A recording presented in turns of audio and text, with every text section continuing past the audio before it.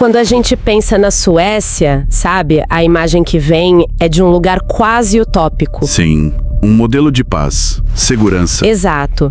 Um estado de bem-estar social que, assim, o mundo todo admira. Só que os materiais que a gente analisou hoje, eles rasgam essa fotografia. Rasgam completamente. Eles contam a história de como esse paraíso escandinavo se tornou o país com o maior número de ataques à bomba na Europa, fora de uma zona de guerra, claro. É um dado chocante. A pergunta é quase inacreditável, né? Como a Suécia se transformou num campo de batalha. E essa transformação, que os documentos detalham muito bem, não é só um aumento na violência nos números.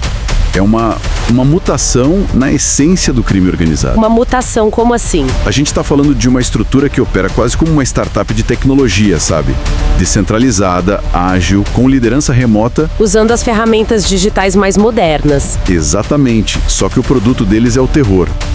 Nossa análise hoje vai mergulhar fundo nos pilares que sustentam essa nova arquitetura do crime. Uma arquitetura que parece ter um arquiteto principal. Os materiais apontam muito para uma figura central nisso tudo. Hawa Majid, o Raposa Curda. Ah, sim? É a partir da guerra dele que tudo parece ter escalado. E esse, bom, é o nosso primeiro pilar. A guerra civil dentro da maior facção do país, a rede Foxtrot. A figura do Majid é fundamental para a gente entender a velocidade dessa escalada.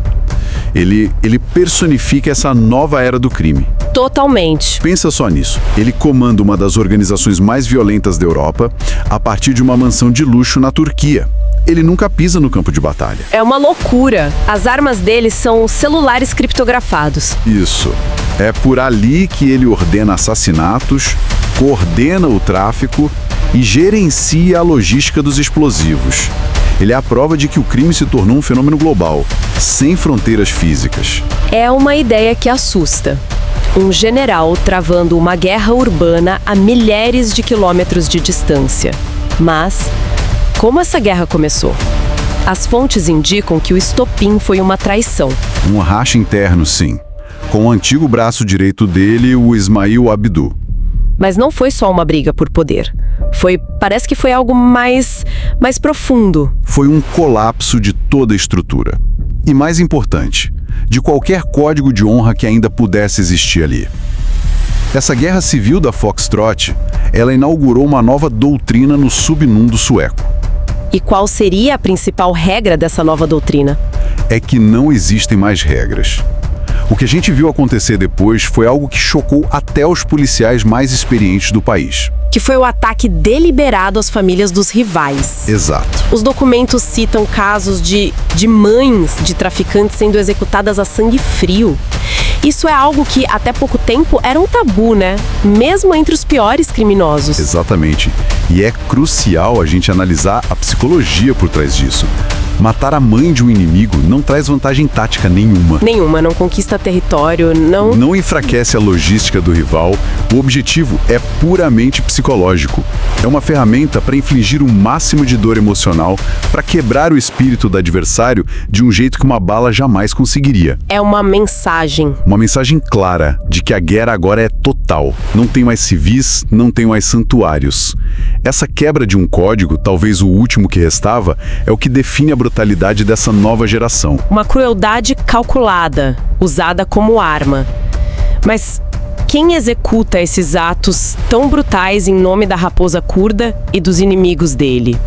A resposta que os materiais nos dão é talvez a parte mais sombria de toda essa história. E nos leva ao nosso segundo pilar: a criação de um exército de crianças. Um verdadeiro exército de adolescentes e até pré-adolescentes em alguns casos. Jovens de 13, 14, 15 anos sendo usados como a linha de frente dessa guerra. A lógica por trás disso é terrivelmente pragmática. As leis suecas para menores de idade são muito brandas. Extremamente brandas. Um adolescente que comete um assassinato pode pegar uma sentença de poucos anos num centro de detenção juvenil. Então as facções encontraram a mão de obra perfeita, descartável, barata e com uma espécie de imunidade legal. Isso.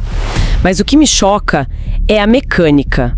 Como eles recrutam e mobilizam esses jovens. Aí entra aquela lógica da startup de tecnologia que eu mencionei. O processo é de uma frieza, uma pessoalidade que os materiais descrevem com um termo perfeito: soldados Uber.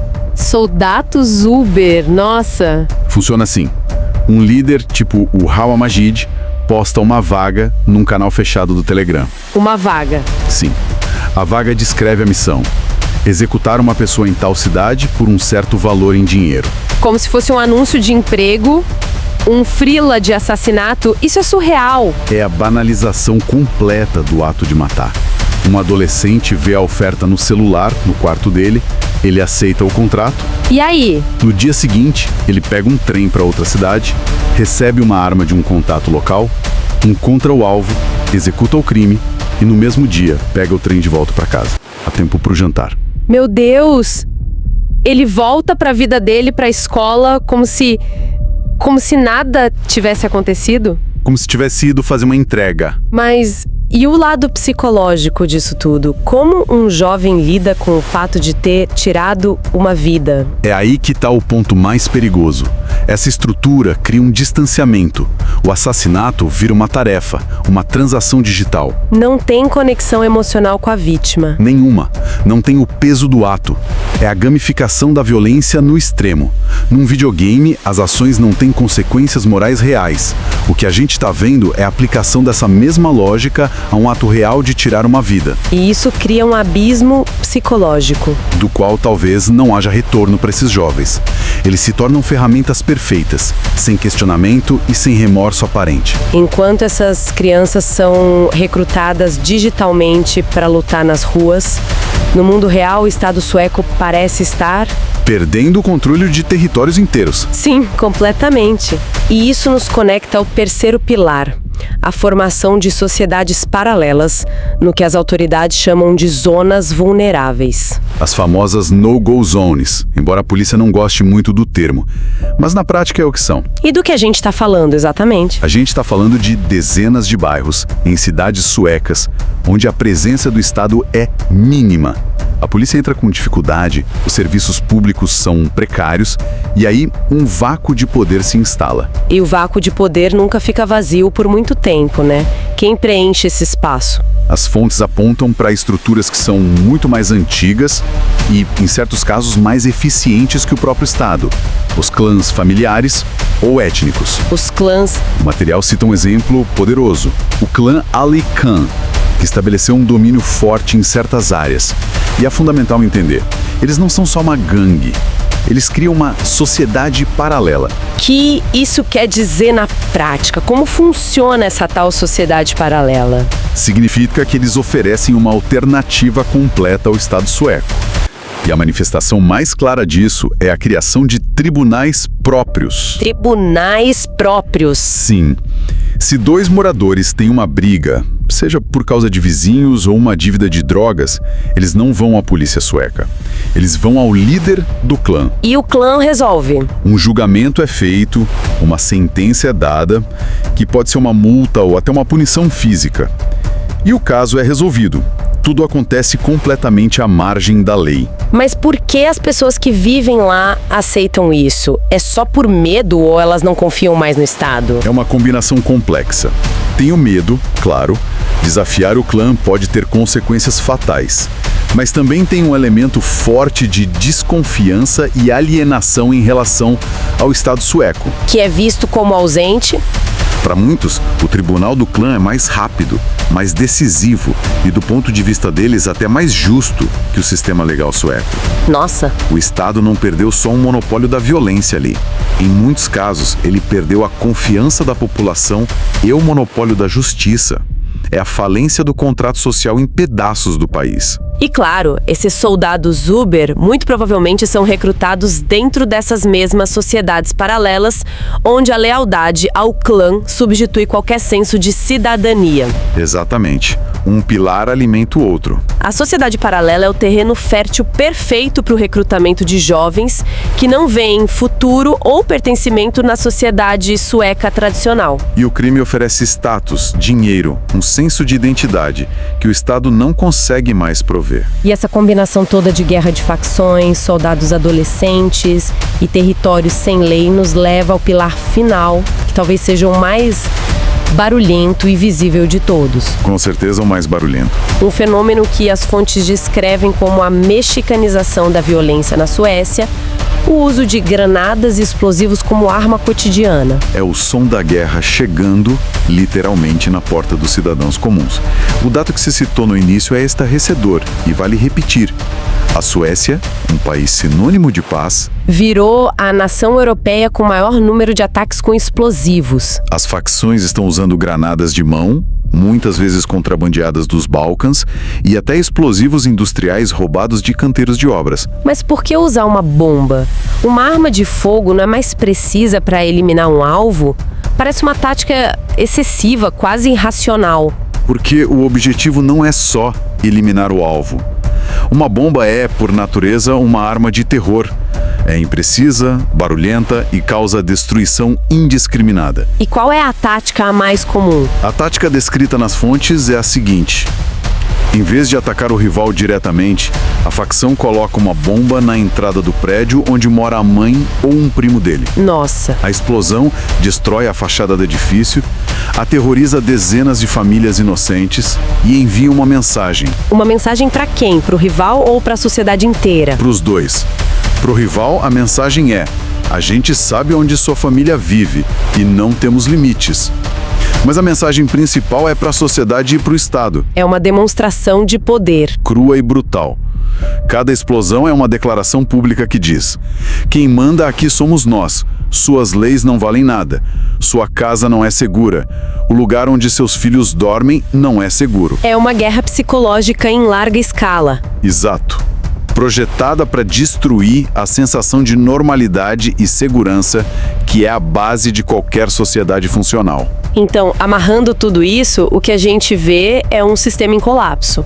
Começamos com a guerra interna da Red Foxtrot, liderada remotamente pela Raposa Curda, que eliminou qualquer código de honra. Certo? Essa guerra é travada por um exército de soldados Uber, crianças e adolescentes protegidos por leis brandas e recrutados em territórios onde o Estado perdeu o controle para os clãs. E suas sociedades paralelas. E a principal tática dessa guerra é o terror com o uso de bombas para intimidar não só os inimigos, mas a população inteira. É um ecossistema criminoso completo e autossustentável. Cada pilar reforça os outros, criando um ciclo de violência que o Estado sueco, com as ferramentas tradicionais dele, tem tido uma dificuldade enorme para quebrar. Conclusão que os materiais nos levam é que a história recente da Suécia serve como um alerta. Um alerta para o mundo todo, na verdade. Sem dúvida. É um estudo de caso sobre o que acontece quando a segregação social é ignorada por décadas, permitindo que o crime organizado não só cresça, mas se modernize, se transforma em algo muito mais perigoso. Sim. A Guerra da Raposa não parece ser só um problema sueco, é um vislumbre de uma nova era da criminalidade, uma criminalidade que é tecnológica, globalizada e, o mais assustador de tudo, completamente desprovida de regras. Isso nos deixa com uma reflexão final, né? Um pensamento que vai além dos fatos que a gente apresentou aqui. Qual seria? Se o crime pode ser gerenciado como uma empresa de tecnologia, com um CEO operando de outro continente através de um celular, se ele pode recrutar seus soldados por um aplicativo, transformando o assassinato numa tarefa, e se ele pode usar armas de guerra para aterrorizar a população de uma das nações mais ricas do planeta. A pergunta que fica é: quais são, de fato, as fronteiras do crime organizado hoje? E, talvez mais importante, que tipo de Estado, que tipo de resposta é necessária para combater um inimigo que não tem território fixo, não tem um rosto visível e não obedece a absolutamente nenhuma convenção de guerra?